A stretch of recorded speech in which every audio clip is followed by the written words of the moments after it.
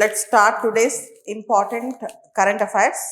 Supreme Court asked the government to form guidelines to regulate conduct on social media. As you all know, social media influencers sometimes by using their free speech under Article 19 Clause 1 Clause A hurt the sentiments of others, and court said that social media influencers commercialize free speech and their comments have the capacity to hurt the sentiments. It was hearing a case against comedians, including Samay Raina, for their insensitive jokes about persons with disabilities on social media. Insensitive jokes about persons with disabilities on social media. The Supreme Court said social media influencers commercialize free speech and their comments have the capacity to hurt the sentiments in a diverse society, which includes persons with disabilities, women, children, senior citizens, and minorities. A bench of justices, Supreme Court judges, Justice Suryakant and Justice Joymalia Bachi, asked the government to work on the guidelines to regulate conduct on social media, including online shows such as podcasts, in consultation with national broadcasters and digital association. And India is a diversified country, which we have a lot of diversity, and any insensitive remarks against any minority group might lead to hurting the sentiments of that group, particularly to make the show lively, to make the show more funny. Commenting on others, particularly differently abled people, is not at all sensible. But most of the people do, even in movies, even in other social media platforms, people enjoy commenting on others. That is not a right thing, right? You have freedom of speech.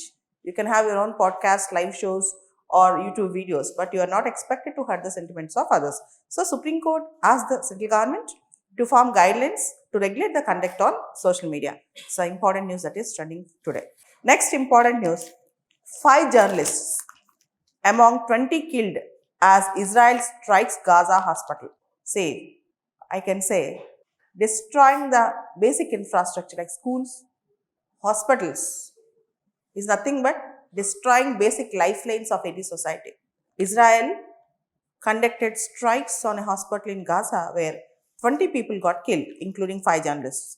Gaza's civilian defense agency said 5 journalists were among at least 20 people killed when Israel strikes hit a hospital in the south, with Reuters, Associated Press, and Al Jazeera mourning their slain contributors. Reuters, Associated Press, Al Jazeera, all the top press, their journalists were sent to Gaza to report on ground. Unfortunately, they got killed in the strikes conducted by Israel. This is more pathetic, I can tell you. There is nothing worse than that. So, killing the, I can say, journalists is not right path. Civil defense spokesperson said that the toll so far is around 20, including 5 journalists. According to the Media Watchdogs Committee to Protect Journalists and Reporters Without Borders, that is Reporters Sans Borders, around 200 journalists have been killed in 2 years because of the Israel-Hamas war. Because of the Israel-Hamas war, around 200 journalists got killed. The next important news that is coming up, next important. Chief Minister, Telangana CM Mr. Revanth Reddy said, Usmania University should be the intellectual heart of Telangana.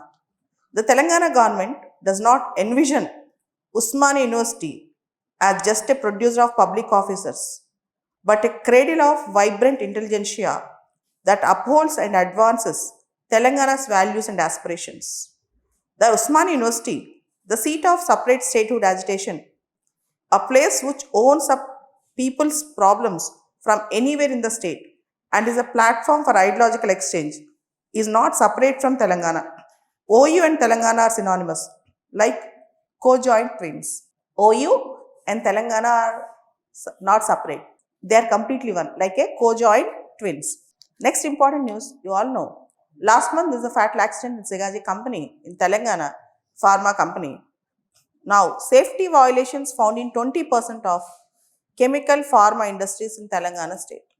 Safety violations found in 20% of chemical pharma industries in Telangana state. Official inspection teams constituted by the government to take stock of industrial safety measures in the high-risk chemical and pharma factories in the state in the aftermath of the blast of Sigachi Industries on June 30th, found serious violations in 20% of the Telangana pharma industries. 20%, at least in 20% of the industries, there were safety violations. This is a big news and bad news that is coming up in Telangana. And the next important news is still Nimisha Priya's life is in question. You all know in Yemen, she was almost on the tenterhooks, and central government told the Supreme Court yesterday that government is taking all the steps to save Nimisha Priya's life. Attorney General R. Venkatramani informed the Supreme Court that the union government would ensure in its press briefings that no speculative media reports were made till the case of Nimisha Priya reached the final resolution. She is a nurse from Kerala who was sentenced to death in Yemen by a trial court in 2020 for murdering a local man who was her business partner. And now, Yemen court postponed her execution for a few days, and central government is trying to commute her execution in Yemen. Central government in this regard informed the Supreme Court. In today's Hindu paper, there is one important news. About 30% of MPs and MLAs face serious criminal charges. About 30% of MPs and MLAs face serious criminal charges. In the Hindu paper today, data point, an analysis of MPs and MLAs across India shows that 31% of MPs and 29% of MLAs have declared serious criminal charges against them. As the analysis was conducted immediately after the most recent parliament elections and assembly elections in each state. Okay.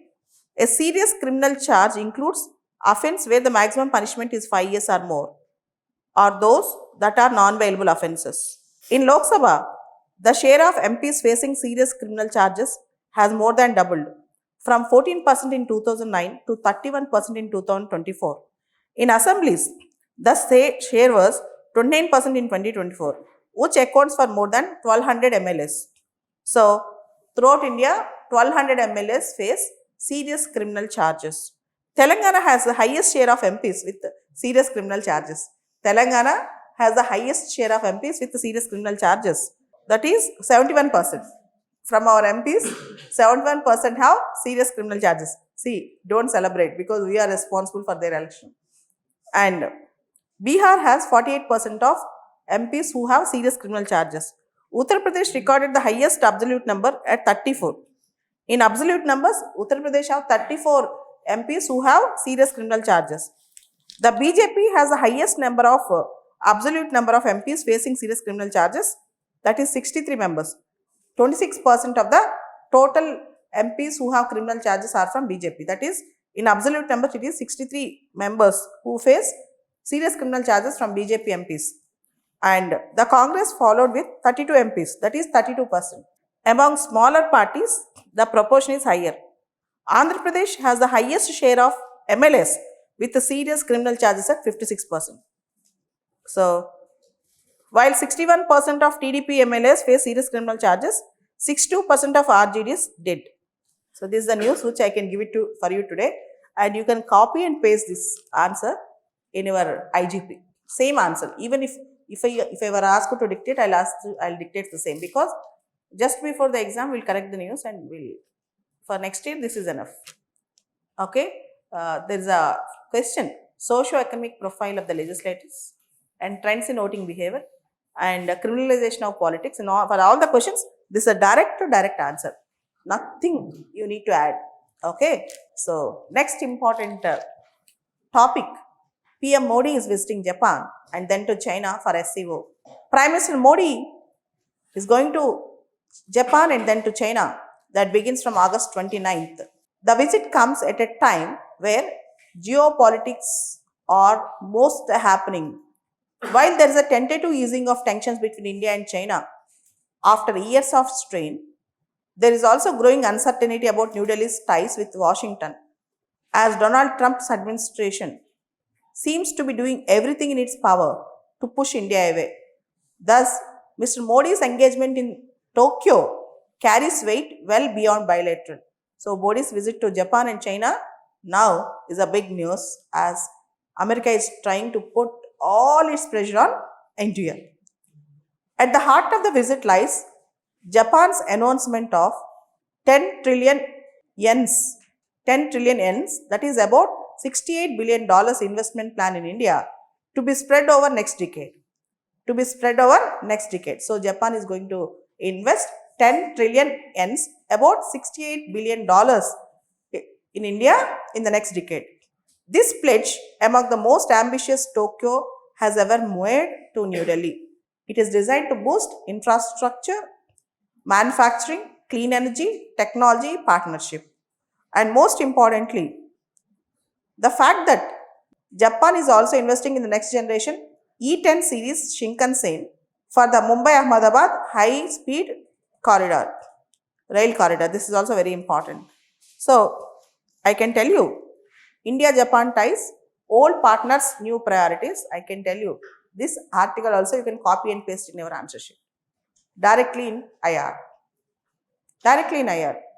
So, I can tell you these are the most important articles which you need to remember and you have to cut and paste in the IR notes. One in IR, one in IGP. So, one more interesting article again for your IGP. Beyond debate in polity and Indian government and politics. Addressing the 2 days All India Speakers Conference in New Delhi on August 24, Union Home Minister Amit Shah called attention to the frequent disruptions that have paralyzed deliberations in assemblies and parliament. His point that debate must take place in democracy is beyond any debate. Debate must take place in democracy, that should be without any debate. But when one goes beyond the truism, a picture of India's representative democracy is in distress. Bitterness between government and opposition that erase the scope for any common ground. So, in our syllabus, you have a data here. For example, in a session with 21 sittings spread over 32 days, 15 bills were passed. According to PRS Legislative Research Analysis, the Lok Sabha functioned for 29% of its scheduled time. The Lok Sabha functioned only for 29% of its scheduled time and Rajya Sabha for only 34% of its scheduled time. The lowest functioning seen during the 18th Lok Sabha. So, you have a syllabus, parliamentary system, functioning of parliament. The same data is very, very important in your answer sheet. Functioning of the parliament, significance of parliamentary time, all these things.